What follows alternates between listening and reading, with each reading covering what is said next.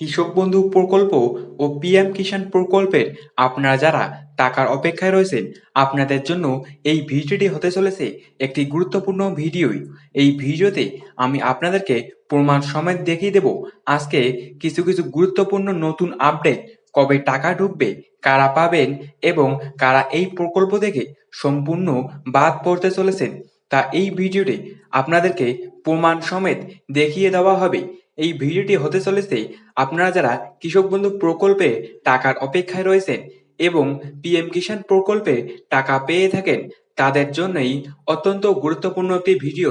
তো কি কি নতুন আপডেট সামনে এসেছে, চলো এই ভিডিওতে আপনারা দেখে নিন। রাজ্য ও কেন্দ্রের কৃষক ভাই বোনেদের জন্য চলে এলো এক বিরাট বড় খবর। আপনি কি পশ্চিমবঙ্গ সরকারের কৃষক বন্ধু প্রকল্প কিংবা কেন্দ্র সরকারের পিএম কিষাণ সম্মান নিধি প্রকল্পের আওতায় যুক্ত রয়েছে? তাহলে আগস্টের এই স্পেশাল আপডেট ভিডিওটি একদম শেষ পর্যন্ত দেখুন।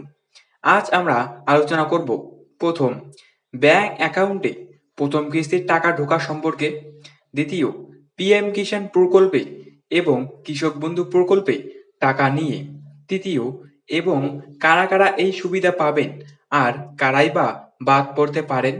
তাই এক মুহূর্ত স্কিপ না করে পুরো ভিডিওটি দেখুন এবং নিজের প্রাপ্য টাকা সম্পর্কে নিশ্চিত হন। নতুন সরকার আসার পর বেশ কিছু জনকল্যাণমূলক প্রকল্পের নাম বদলানো হয়েছে, আর কৃষক বন্ধু প্রকল্পেও একটা বড় পরিবর্তন এসেছে। এখন থেকে সব উপভোক্তাকে নতুন করে আবেদন বা পুনরায় যাচাই করাতে হবে। রাজ্যের কৃষি দপ্তর জানিয়েছে, পুরনো তালিকায় প্রচুর ভুয়ো নাম থাকার অভিযোগ পাওয়া গেছে, তাই যাচাই বাছাইয়ের জন্য এই সিদ্ধান্ত নেওয়া হয়েছে। মানে আপনি আগে থেকে তালিকায় থাকলেও নতুন করে নথিপত্র জমা না দিলে পরবর্তী কিস্তির টাকা আটকে যেতে পারে। তাই এই মুহূর্তে সবচেয়ে জরুরি কাজ হলো নিকটবর্তী দুয়ারে সরকার শিবির বা কৃষি দপ্তরে গিয়ে আপনার তথ্য পুনরায় যাচাই করিয়ে নেওয়া। টাকা কবে ঢোকে? দুটো কিস্তি। কৃষক বন্ধুর টাকা বছরে দুটো মরশুমে দেওয়া হয়। প্রথম খারিফ মরশুম সাধারণত জুলাই আগস্ট মাসে নাগাদ। দুই, রবি মরশুম সাধারণত জানুয়ারি মাস নাগাদ। সরাসরি মুখ্যমন্ত্রী নিজে এই টাকা পাঠানোর সূচনা করেন, আর তারপর ধাপে ধাপে ব্লক অনুযায়ী প্রত্যেক আবেদনকারী কৃষকের ব্যাংক অ্যাকাউন্টে টাকা জমা হতে শুরু করে। এটা একদিনে সবার অ্যাকাউন্টে ঢোকে না, বরং কয়েকদিন ধরে ধাপে ধাপে ঢোকে। তাই টাকা না ঢুকলে ২-৪ দিন ধৈর্য ধরে অপেক্ষা করুন, তারপর স্ট্যাটাস চেক করুন। কারা কৃষক বন্ধুর টাকা পাবেন?